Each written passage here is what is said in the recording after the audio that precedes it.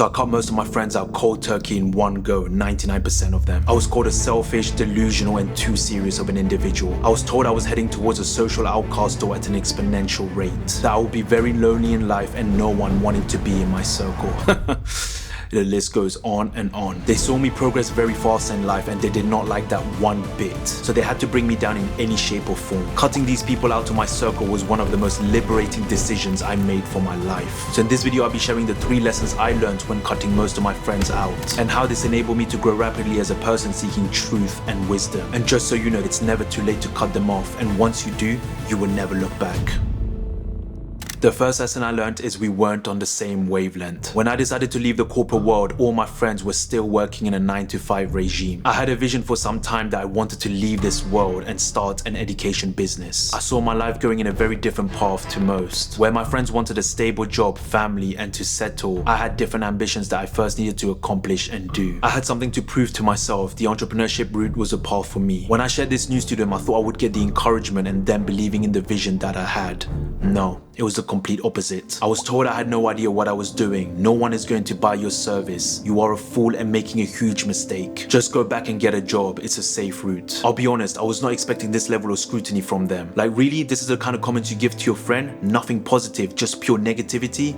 You really get to see someone's true colors when they don't like something. And me being me, I'm quite rebellious. I don't give in that easily. I question things. I don't back down, especially if I believe in something wholeheartedly. So I fought their views and questioned them. I explained to them my reasoning, my current situation which was not working, and that I needed to change my circumstances. I did not expect them to understand the vision, but to at least give support in what I was trying to do. But I soon realized that their views were pretty firm and they were not going to change. This was when I had to come to a decision of whether I still keep them in my circle or I had to start distancing myself from them. Did I want to hear their constant negative and pessimistic views on what I was embarking on, or surround myself with people who will give me positive, optimistic encouragement? The answer was obvious. I did not feel bad distancing myself and cutting them out, because at the end of the day, this is my life and the vision I had was far bigger than me. It was about the people and helping them through real education. And if the friends I was surrounding myself with did not believe in it and were constantly bringing me down, then it's au revoir mon ami. That is French for goodbye my friend. Bear in mind, these are friends that I knew for more than 5 years. But there comes a stage in your life where your path changes and goes on to a new untrodden path. The untrodden path that most people will not dare to step foot in because it's the unknown. It's dangerous and most fear this. I only fear 2 things, God and regret. I was not about to let this opportunity go, nor was I going to let the fear get the better of me. I control fear,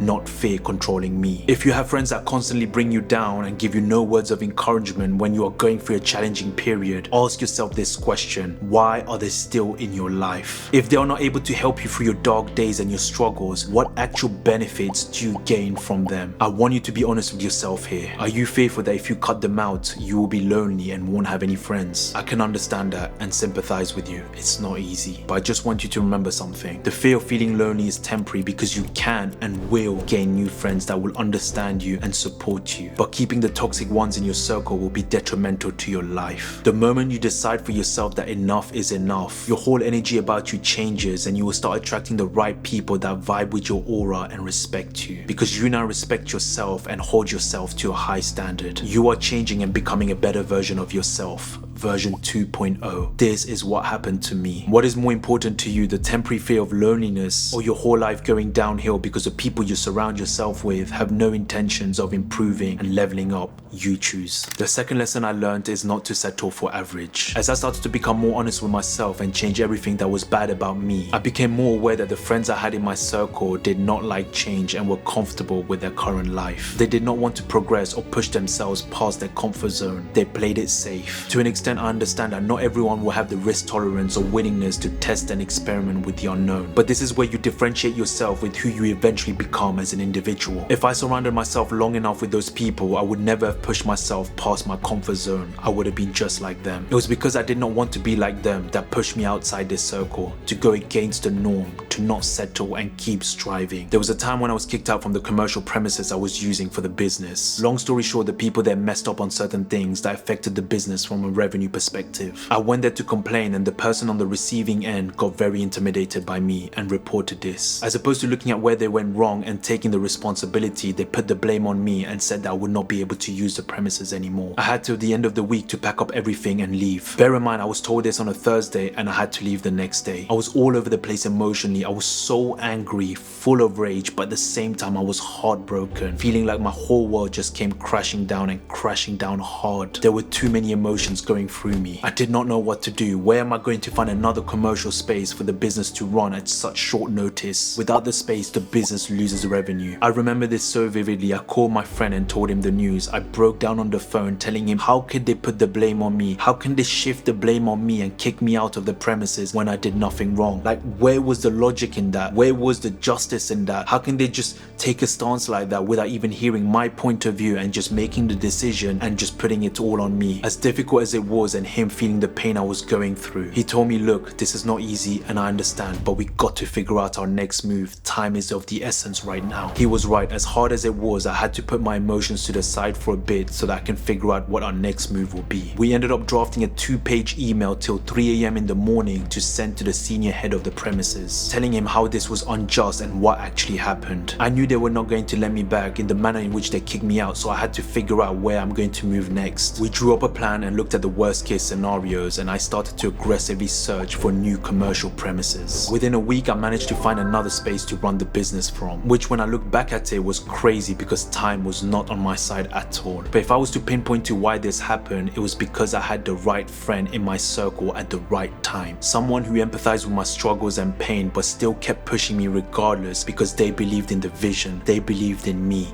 and so this was not the end. They did not give up on me and fought hard to find a way. The right people will push you to do things you thought you were never capable of. They instill the courage and make you believe in yourself more, that you can overcome the adversity and pain you are going through, that it will get better and life will be good again. Look around your circle and see if the people around you are too comfortable with their lives. When you are stagnant and not moving forward, are they holding you accountable and telling you to fix up? Do they come to you and talk about new ideas, big visions? Do they make you feel uncomfortable because you see them doing these big things with their visions and it brings up your own insecurities? Good.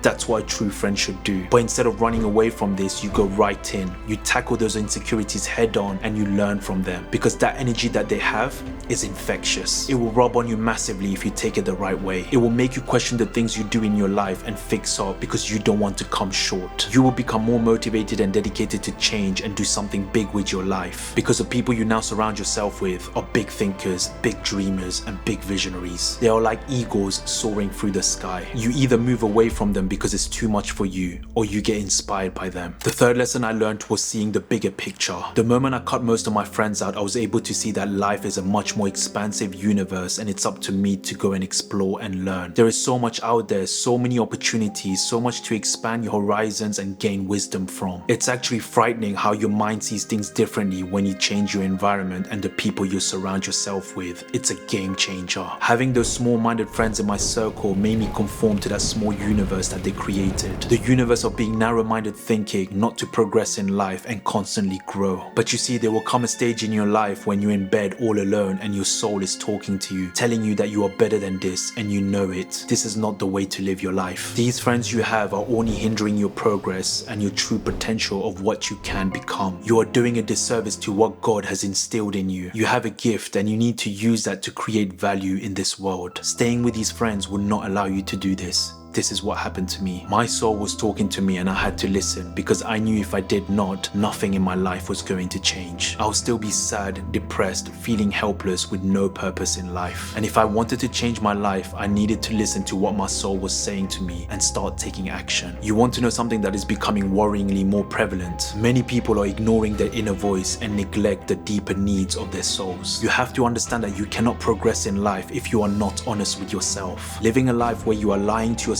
and not walking towards the truth is only going to result in a very unfulfilled, fake life. And I believe in my heart of hearts, you know what I'm saying. I see you. I know that's not the life you want. You are hurting inside because you know you can do so much more, but you feel hopeless, scared, fearful. The people around you are bringing you down constantly.